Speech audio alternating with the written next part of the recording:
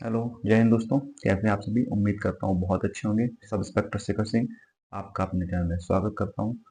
तो आज ये वीडियो जो हम लोग की मेनली होने वाली है, ये हम लोग की होने वाली है दिल्ली पुलिस कांस्टेबल की लास्ट 40 डेज की स्ट्रेटजी आपकी क्या होनी चाहिए।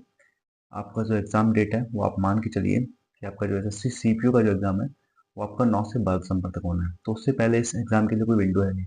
आपका एग्ज़ाम जो है 20 दिसंबर के बाद ही पॉसिबल है, क्योंकि उससे पहले आपका एडब्ल्यू जो 4 टाइप की जो आपकी वैकेंसी है, एक एडब्ल्यूपीटीओ की आई है, उसका एग्जाम होना है। उसके बाद आपका हेड कांस्टेबल का होना है, और फिर दिल्ली पुलिस कांस्टेबल है। तो ये 3-4 एग्जाम जो है कंटिन्यू होने हैं। तो आप अपनी जो एग्जाम डेट है उसको आप 20 दिसंबर के बाद मान के चल सकते हैं।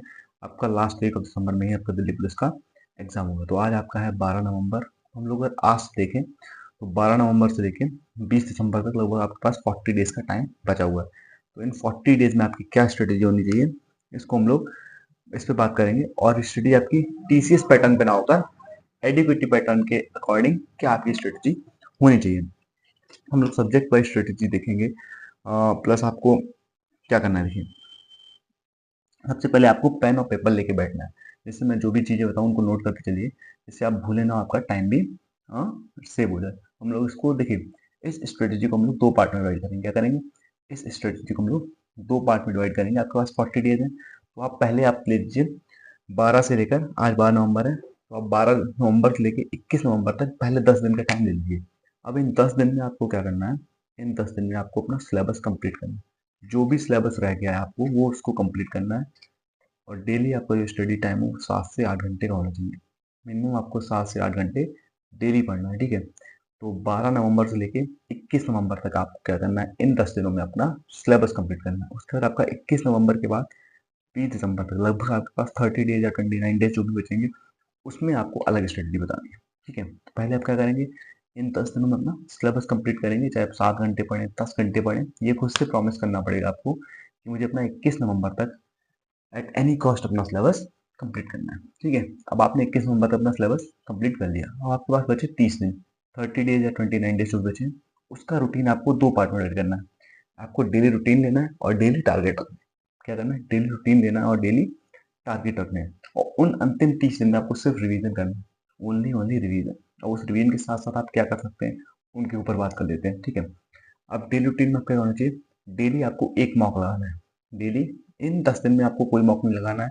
ना ही आप, हो सकता है सेक्शनल मॉक दे सकते हो, अगर आपने आपने मान लीजिए रीजनिंग का सिलेबस कंप्लीट कर लिया तो उसका सेक्शनल मॉक लगा सकते हो, लेकिन इन 10 दिनों में आप लोग मॉक मत लगाना। सिर्फ अपना सिलेबस कंप्लीट करना है, ठीक। उसके बाद 21 नवंबर से आपको डेली एक मॉक लगाना है, वो भी फुल मॉक। अब मान लीजिए 90 मिनट का पेपर होता है, 1.5 घंटे, आपने 1.5 घंटा मॉक को दे दिया। फिर उसका आ जाए एनालिसिस। जितना टाइम आप मॉक में देते हैं उससे ज़्यादा ही टाइम आपको उसके एनालिसिस में देना है। अब एनालिसिस कैसे करना है, उसके लिए मैं एक सेपरेट वीडियो बना दूंगा, how to analysis your mock score.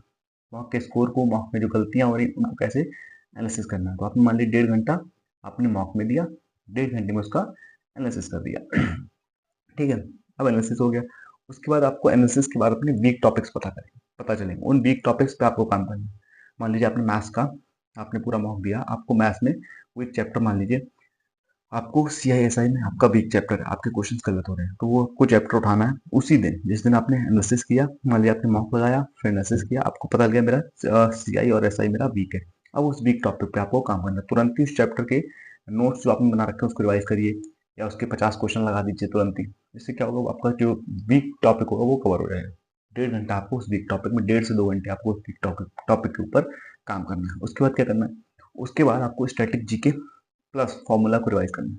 Daily daily आपको स्ट्रेटेजी कम से कम 30 क्वेश्चन, स्टैटिक आपका हिस्ट्री में भी होता है, पॉलिटी में भी होता है, और डांसेस हो गए, प्लस फेस्टिवल हो गए, इन सभी के 30 क्वेश्चन आपको डेली कवर करने हैं। टॉपिक वाइज आप कर सकते हैं। पहले आपने मान लीजिए डांस कवर कर ली, फिर फेस्टिवल कवर कर लिए, फिर उसके बाद आपने हिस्ट्री के स्टैटिक पार्ट को कवर कर लिया। तो डेली आप 30 क्वेश्चन, अगर मान लीजिए 30 दिन डेली आप 30 क्वेश्चन कवर कर रहे हो, तो आपके 900 क्वेश्चन आपके एग्जाम तक कवर हो जाएंगे, ठीक है। तो आपको डेली 30 क्वेश्चन स्टैटिक जीके के कवर करते हुए जाने, प्लस आपको फॉर्मूला रिवीजन करना है। फॉर्मूला कौन से, मैथ्स के फॉर्मूले हो गए, कुछ चैप्टर रीजनिंग होते हैं वहाँ भी फॉर्मूला होते हैं। तो आपको एक फॉर्मूला शीट प्रिपेयर करनी है, उससे आप लोग अपना डेली डेली फॉर्मूला को रिवाइज करना है। पहले आपको मान लीजिए आपको ज्योमेट्री के सारे फॉर्मूले आते हैं, लेकिन आपको फिर भी पढ़ना, आपको ट्रिगो के सारे फॉर्मूले आते हैं, फिर भी आपको उसको रिवीजन करना है डेली, जिससे आप उस चीज को भूले ना, ठीक है। ये हो गया डेली रूटीन। अब डेली टारगेट्स आपको कैसे सेट करने हैं।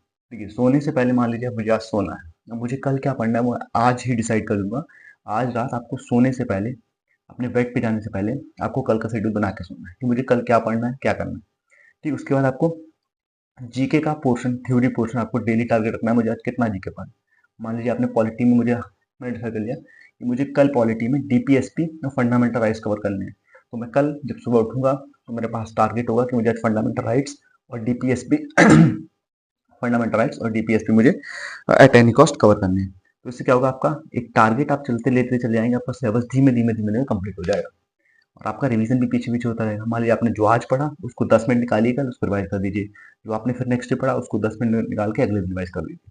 तो इस तरीके से क्या होगा, आपका सिलेबस एक तरफ से कंप्लीट हो जाएगा जीके का और पीछे उसका रिवीजन होता चला जाएगा। तो इस तरीके से आप उसको टारगेट बना सकते हो। ठीक है, उसके बाद आपको मैथ्स की प्रैक्टिस। देखिए, मैथ्स का आप मॉक लगा रहे हैं, वीक पॉइंट कवर कर रहे हैं, वो अलग बात है। आप कम से कम 2 घंटे, दो मैथ्स की प्रैक्टिस और रीजनिंग की 2 से 3 घंटे आपको मैथ्स और रीजनिंग को देने पड़ेंगे डेली प्रैक्टिस के लिए। तभी आपकी स्पीड बनेगी। तो 25 क्वेश्चन आपके रीजनिंग के आने हैं और 15 क्वेश्चन मैथ्स के आने हैं। अगर आप 40 में से 40 क्वेश्चन सही कर ले जाएंगे ना, तो 90% मैं कहता हूँ आपका सिलेक्शन कोई नहीं हो सकता। 40 में 40 आपको करना पड़ेगा। अगर आपको दिल्ली पुलिस में सिलेक्शन लेना है तो आपको 40 में 40 क्वेश्चन बनाने पड़ेंगे। जो 95% स्टूडेंट जो सेलेक्ट होकर जाते हैं, उनका मैंने देखा 100%, 95% स्कोर होता है मैथ्स और रीजनिंग में। क्योंकि जीएस में सबकी नैया पार ऐसे ही लगती है 50-60% पे। तो जो आपका किंग मेकर है वो तो जीके है, लेकिन आपका जो सिलेक्शन आपको दिलाएगा वो आपका मैथ्स और रीजनिंग होगा। आप रैंक लाएंगे जीके से, लेकिन आप सिलेक्शन लेंगे मैथ्स और रीजनिंग से। इसमें आपको 100% स्कोर करना ही करना पड़ेगा। ठीक है, तो ये होगी मैथ्स की बात। उसके बाद अब आपको डेली डेली करंट अफेयर्स पढ़ने। कैसे पढ़ने? डेली करंट अफेयर वीडियो नहीं देखनी, मंथली आपको करंट अफेयर पढ़ने हैं। ठीक है, आप क्या करेंगे, मंथली करंट अफेयर्स आपको पढ़ने पड़ेंगे।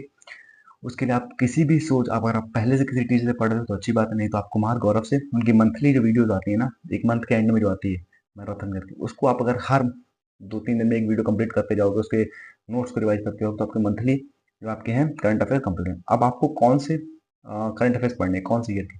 तो मेरे हिसाब से जो अभी एडीक्वेटी ने सीजल का पेपर कराया था, उसमें आपको 24 और 25 का करंट अफेयर आया था।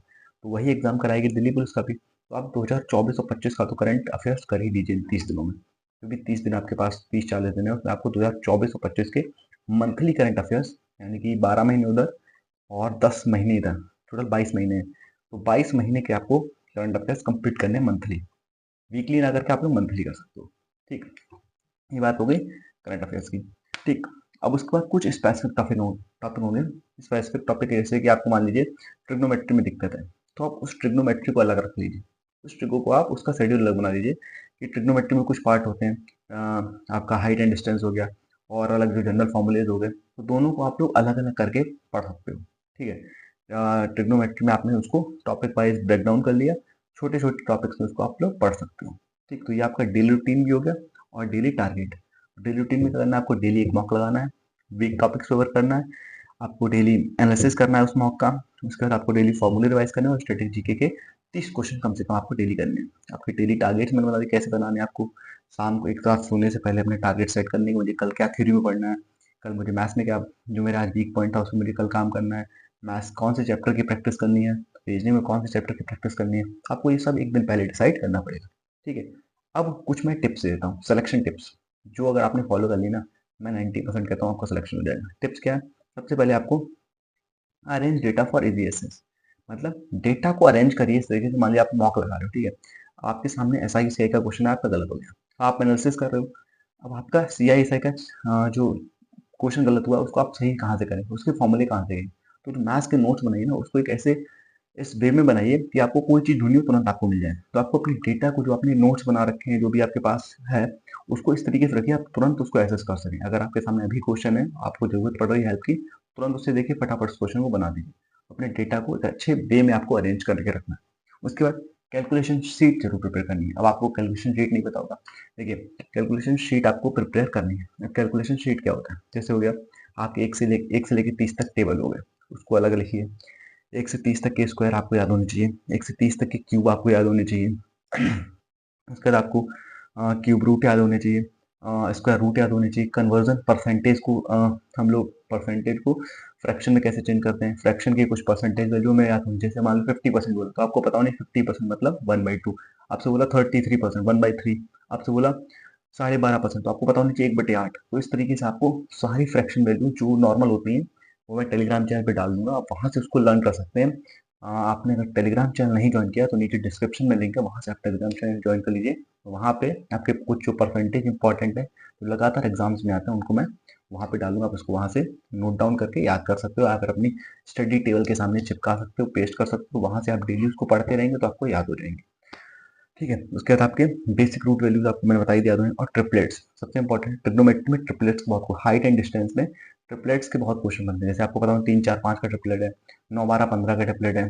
ठीक है, तो इस तरीके से आपको ट्रिपलेट्स भी याद होने चाहिए। 9 40 41 का ट्रिपलेट है तो ये आपको ट्रिपलेट याद होने चाहिए। अगर ट्रिपलेट आपको याद नहीं होंगे फिर आप वहाँ पर वही लगाओगे पाइथागोरस बैठ के, एक बच्चा तब तक 2 क्वेश्चन निपटा देगा, आप पाइथागोरस लगाते रहना।